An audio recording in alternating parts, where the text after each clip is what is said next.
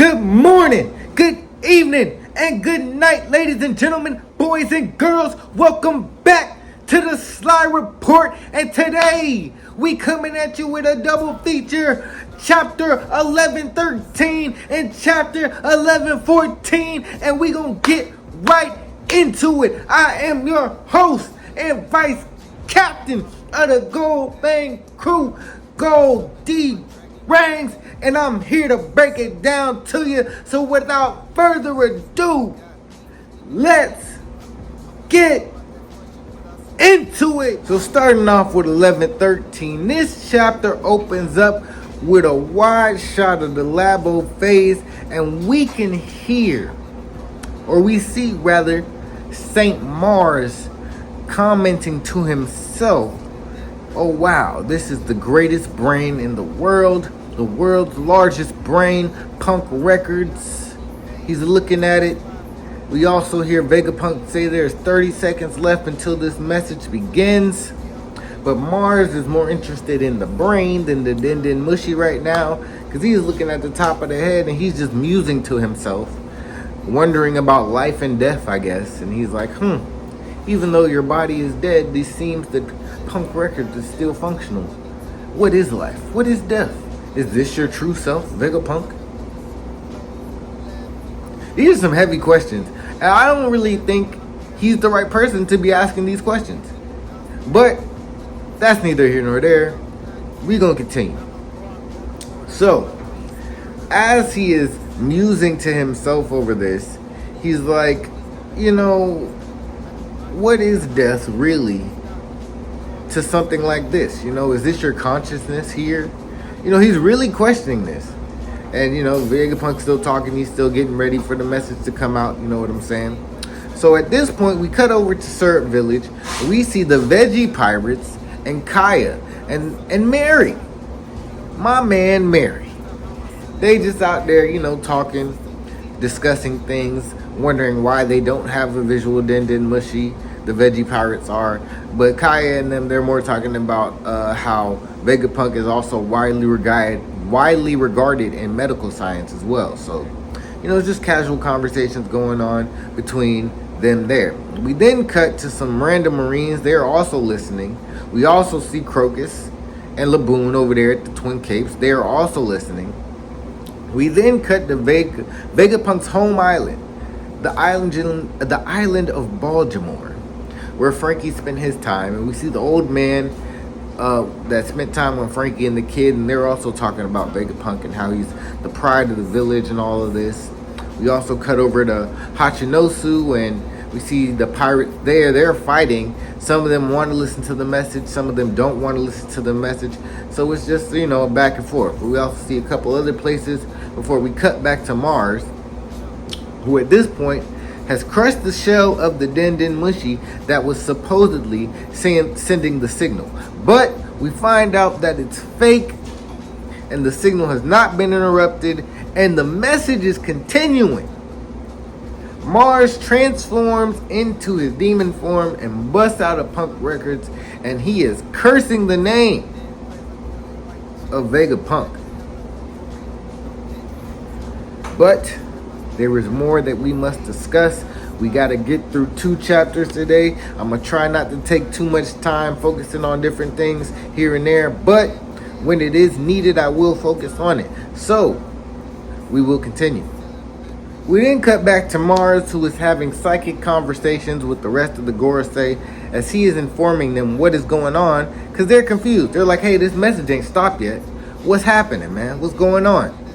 He was like, Vegapunk was more cautious than we thought, and there's currently no way we can stop this broadcast. He continues on that York says that he intends to carry on the torch of the O'Haran scholars. We see flashes of each of the Gorosei, and they're all thinking of the same thing. They're all thinking of that moment where they were listening to Clover talk and they had Clover executed back on O'Hara. So, we see one of them, I believe it's Jupiter or Warcury, one of them two, they say, or maybe it's all of them collectively. They're like, yeah, he's not just, finna continue what's going on. He plans to carry the torch. He plans to get it all out there. So we then cut over to where Sanji is, and he's running still, carrying Vegapunk's body, and he hears Bonnie is in danger. And as the closer he gets, he can see a form, an image, really. And that image is of Nasujiro, and he is asking Bonnie, or rather telling Bonnie, like, hey, we're not going to give you our military might. That's not going to happen. You're going to have to die. So Sanji sees this. He sees Bonnie in danger. We see Frankie. He's about to step in, and he's like, I'm going to step in. I'm going to handle this. My boy Frankie, Cyborg Frankie Cuddy Flam, always ready to stand on business. Don't forget it. So, but before he can even make a move, really, Sanji's like, hey, man, I got this. I'm going to be the one to rescue Bonnie. Don't worry about it. He comes up. He jumps in front of Nasujiro, who's getting ready to slash at Bonnie. He's in the midst of slashing. He deflects the sword, then bounces up off the sword and kicks Nasujiro in the chin, landing a solid hit. We see blood fly out this man's mouth and everything. But he talks some trash too. He's like, hey man, don't think we're going to go easy on you because you're an old man. You must be senile. This is a pirate fight. You feel me? So he's ready. He's there and he's ready. But right after he does this, we see Nasujiro transform back into his full horse skeleton form, full demon form, and he bites down on Sanji. And Sanji's in a tight spot. But in the distance, we see two giants, and they're like, what is that? And they're running up. And as we get closer, they approach, we see his Oimo and Kashi. And they tackle this man, Nasujiro, in his full horse form. And he spits out Sanji. And we see fucking Atlas catch Vegapunk's body. Sanji's fine. Bonnie jumps up. The Marines see her. She's like, hey, isn't that jewelry, Bonnie? And she's like, yeah, I guess so. And she goes, give me a giantess future. And she transforms into a giant, and she's getting ready to stomp down upon Nasujiro. Man, I'm telling you, this is action-packed. And all while this is going on, Vegapunk is talking. He's talking. He's delivering the message to the people. And we're going to focus on the main point of that message at the end of the chapter, because that's the most important part of the message right there. But once we get there, we're going to go right into the next chapter, and that's where things are going to get a little bit more detailed, if you will. So, stay tuned. We'll be right back. So, while that is happening, as I said, Vegapunk is delivering the message. And at this point in the message, he has delivered the fact that if you are seeing this, that means that his body is now dead. And we get various reactions from different places to this information. First, we go to Salbodi, the archipelago, and we see that boy Duval. Sorry, sort of thing. But we see that boy Duval, and he's in there, and he's like, wait, but didn't the newspapers just say that Straw Hat had Vegapunk captive? What's going on here? Then we cut over to Caesar, who is with Judge somewhere in the German Mobile Kingdom, and they're like, "You got to be kidding me, man! Just when we teamed up to take you down, you're dead? What's going on?" We then cut over to Big News Morgans, who has his own concerns because he's like, "Hey, man, wait a minute! You trying to kill my business? If you can deliver news like this instantly, the government gonna take advantage. They gonna kill my business. I can't compete with this. I'm the news. You can't deliver the news." So he has his own beef going on with this. But Vegapunk continues that he doesn't want people to blame whoever killed him and mark them as just being outright evil, even though we know as the people on the outside, we know that the motherfuckers that killed him are most definitely evil. But I'm glad he says this, because of the misinformation and the propaganda spun by the world government.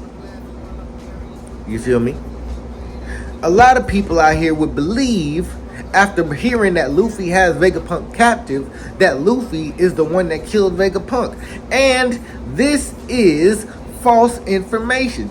Our liberator of freedom would not have taken the life of the Scientist Supreme.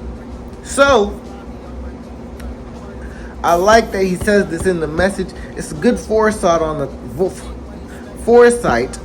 the part of Vegapunk. But we will see how the world reacts continuing going forward. But following this, we cut back to the Labo phase, where we see Saint Saturn has finally made his way all the way up. He sees Nico Robin. He is speaking. He says Vegapunk because he's mad at the information that's getting out. He's cursing Vegapunk right now. But he also tells the Straw Hat Pirates up there, he's like, move out the way. I have no time to deal with the likes of you. Robin recognizes the voice.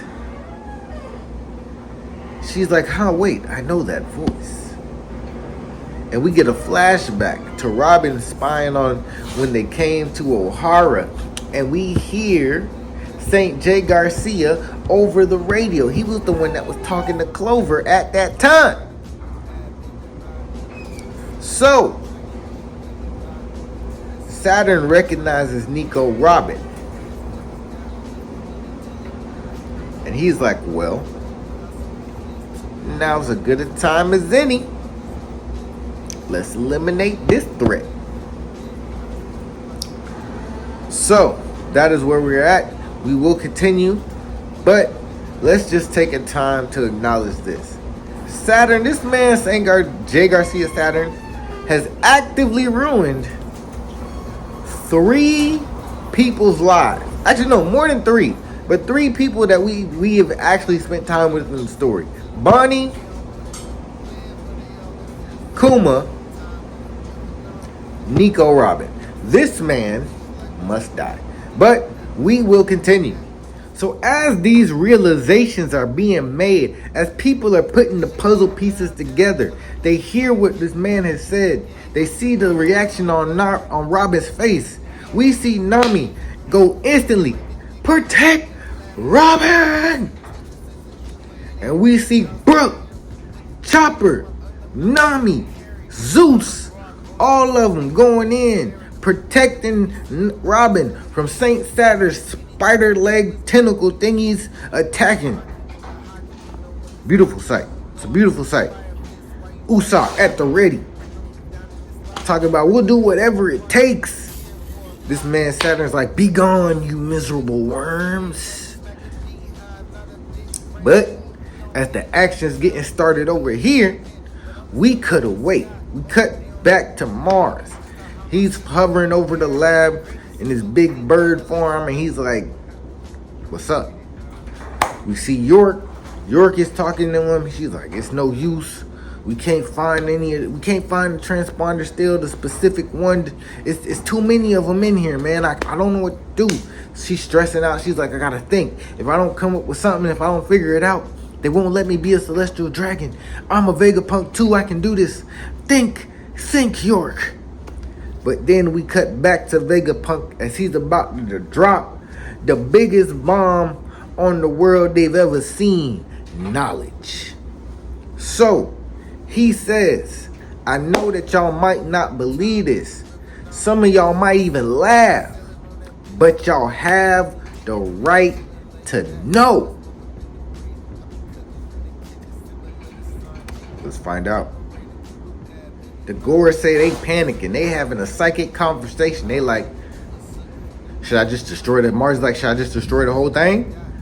And Saturn's like, nah, we can't afford it. We can't afford to lose the ships, the sailors, all of that. That's an acceptable loss. But we cannot afford to lose the mother flame, says Workery.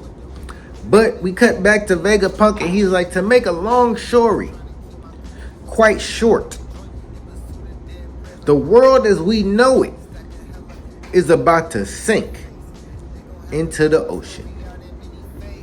End of chapter. We gonna go right into 11:14 right after this. Stay tuned. We're now in chapter 11:14, and this chapter picks up where the last chapter left off, and we go right to Navy headquarters, and they are like, the world will sink under the sea. What the hell are you talking about, Vegapunk? The lower ranking Marines, the ones that we don't really care about, but they all like, man, Dr. Vegapunk, what's going on? What you talking about, man? But then we cut to Akainu, smoking a cigar as usual, just sitting there, no thoughts. I don't know if he knew this. I don't know if he's just not shocked by this information.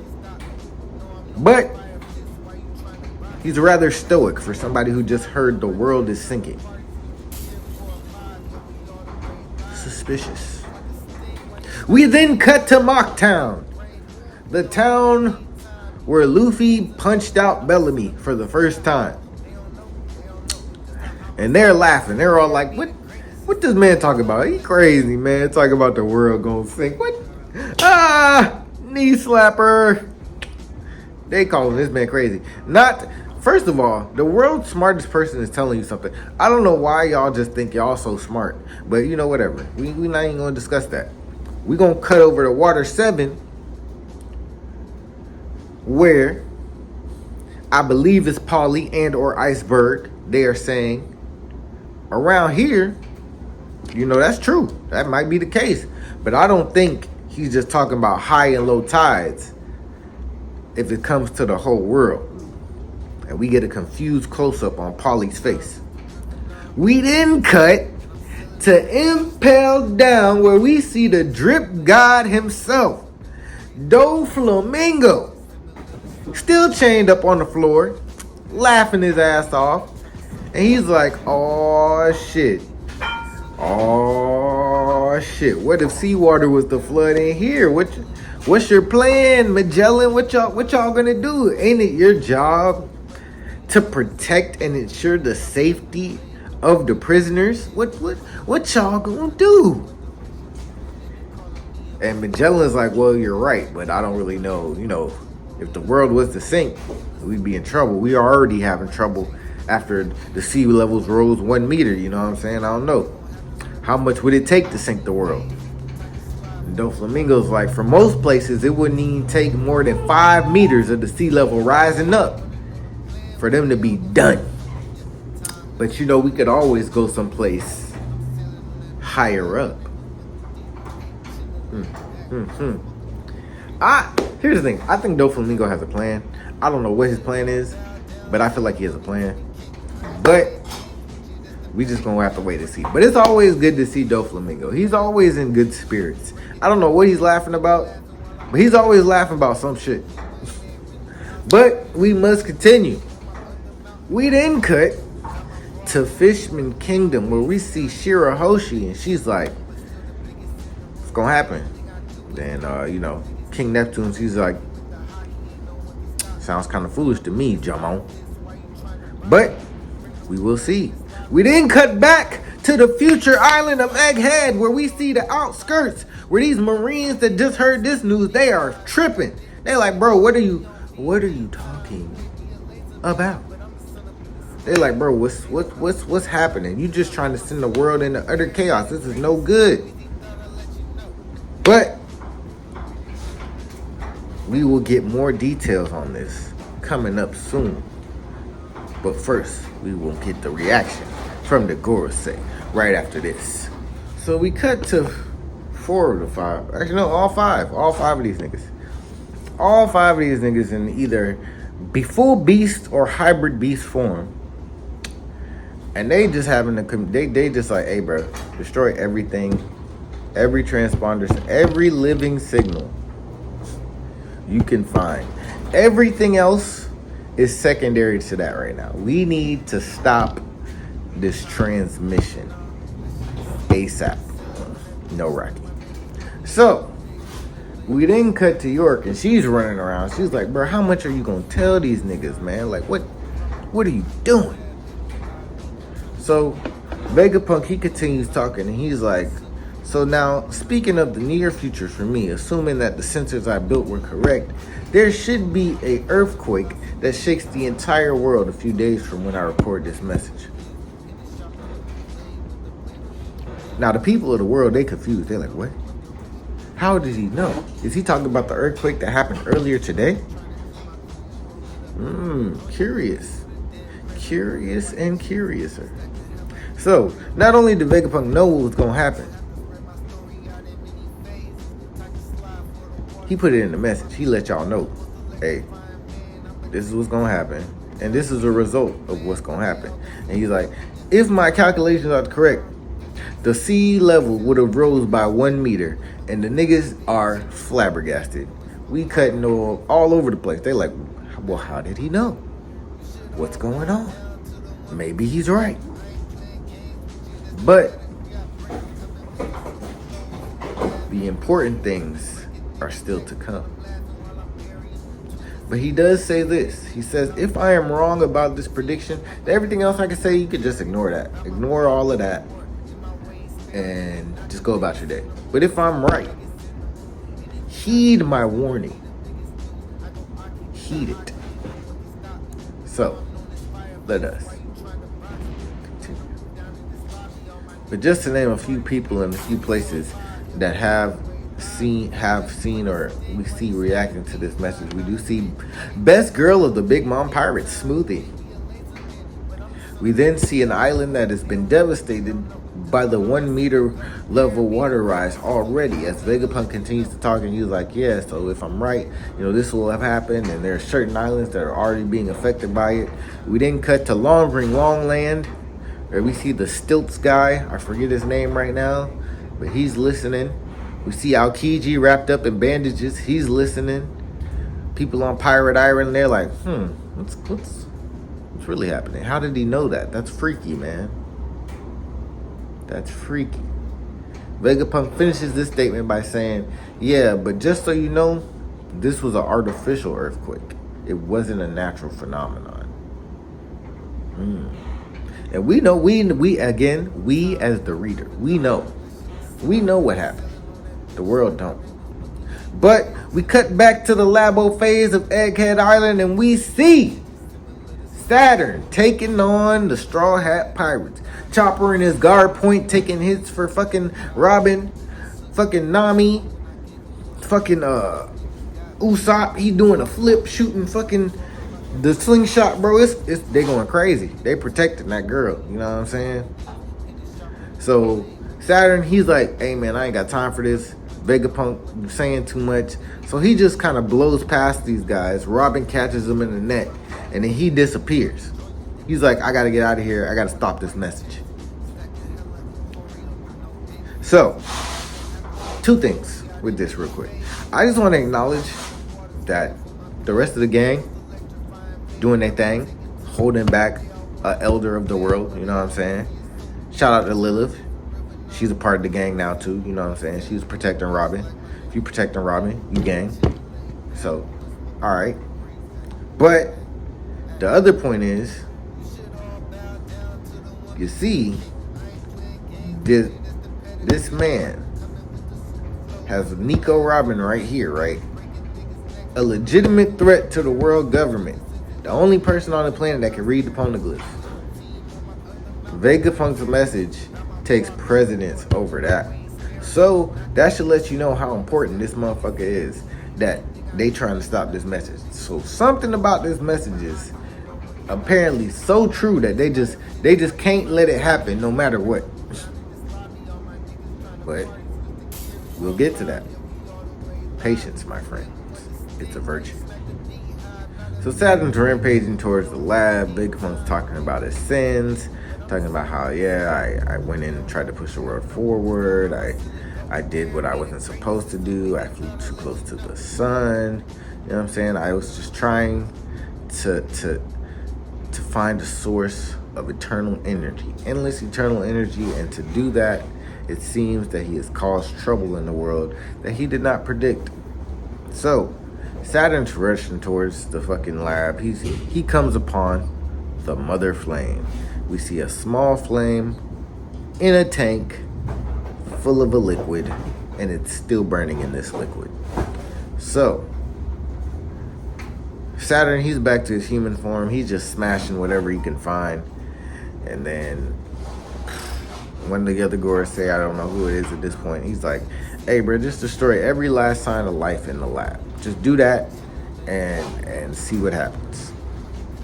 But the important thing here, the mother flame, that joint is in liquid and it's burning, bro. And if you look at this, the tank, it got S-108. I don't know if that's important. That might be important. And then it says AMMU. So there are people who have talked about the importance of that. I'm not going to get into it personally because I haven't done enough research on it yet. But maybe next time, I'll have some more information to give y'all about that. But we must continue because we cannot get stuck here on the mother flame, even though the mother flame is important. Just know it's important. A couple important things before we get into the meat and potatoes. So Vegapunk's talking. He's like, I'm going to just tell you what I know. I'm not going to linger too much on the stuff I don't know, but I'm going to tell you the concrete facts. So while he's talking about this, we see the Iron Giant moving through the flames of Egghead. The Marines are trying to stop it. They can't stop it. We see Workery chasing after Dory, Broggy, and Luffy, who's now back in Gear 5th, laughing his ass off. I don't know if Workery has some kind of flame powers or if this is the flames from the Buster Call, but there's fire around. We cut over to Mary Joa, where we see a silhouette of Emu. You know what I'm saying? He's just standing there. Same 3 dots that Akainu got going on. That's why I'm kind of curious about what the fuck he knows. But we then see a group of celestial dragons. And they are like, hey, kill this man. He's blaspheming the government. Blah, blah, blah. But we do see one particular celestial dragon woman, St. Charlos' sister, and she is questioning what the Void Sentry is, because Vegapunk's talking about the Void Sentry right now. So this is curious because do not all celestial dragons know of the Void Sentry? Were they taught a false history? Curious. We then cut over to a random forest where we see Darishishi, Mr. Jaguar D. Saw. Crazy, right? But he's alive. He's doing his thing. He's just relaxing, listening to the message. And, yeah. So, that's happening all around the world. Now we're going to get into the meat and potatoes. So Vegapunk's talking. He's like, the history of the world is something that the world government does not want you to know, and this is the root of my second sin because I continue to decipher the messages left on the poneglyphs based on the work of the O'Haran scholars. I was going to finish this story no matter what, and I have determined pieces and parts of this story, and I regret none of my actions because this is something that the world needs to know. History is a story to tell, and I'm going to tell it. But while he is saying this, we do see a couple other places. We see Orangetown, good old Shoo Shoo. You know what I'm saying? We see them. They talking. They don't know what it means exactly, but they listening. We cut over to the girls at Amazon Lily. We see they listening. We then cut back to the crew. They just, chilling, listening to this information as well. But while they're listening to this information, the cloud formations of the Labo phase start moving. They start stretching towards the shore. And Usopp and Nami and all of them, they understand what's happening. Little man Edison, he's come through. He's changed the shape of the clouds so that when they launch off the island, they don't land on the island. They will make it to the sea so they can escape. And we see Edison say over where he at, this is all I can do for you guys. Now get off the island, man. Don't let the world government lay a finger on you. Good old Edison, man. Hopefully he don't die, but if this is his send-off, we respect your send-off, sir. We will get Lilith off this island, and hopefully Atlas as well. But We will do what is necessary as the crew. So, let us continue. Let's get to the main meat of what's happening. Vegapunk continues to talk and he says, what I know is an incomplete story, but I will tell you the parts that I know. I won't make up anything. I won't fabricate no information. What I know is that the main character of this story was born in a kingdom with an impossibly advanced civilization 900 years ago. Like the sun god Nika spoken of in Elbaf legend, he fought with a body that stretched and contracted like rubber. His name was Joy Boy, and he was the very first man on the sea to be called a pirate. As he is delivering these messages, we see we see Broggy. He calls over to Luffy. He's like, hey man, you keep hitting him. It's not working. What are you doing? Luffy's like, this one will work. He throws a nice big gear third punch. Well, a big giant fist punch, because he's in gear 5. You know what I'm saying? Whatever. And he punches his man square in the nose. It does nothing. He hurts his hand. Now he looks silly, but people are laughing at him because he looks silly. And as Joy Boy delivers the final words of this chapter, we see the Joy Boy Nika bringing laughter to those around him. A laugh tale, if you will. But yes, that is the end of chapter 11-14. I will be back next week. Thank you for joining us today on the Slyy Report.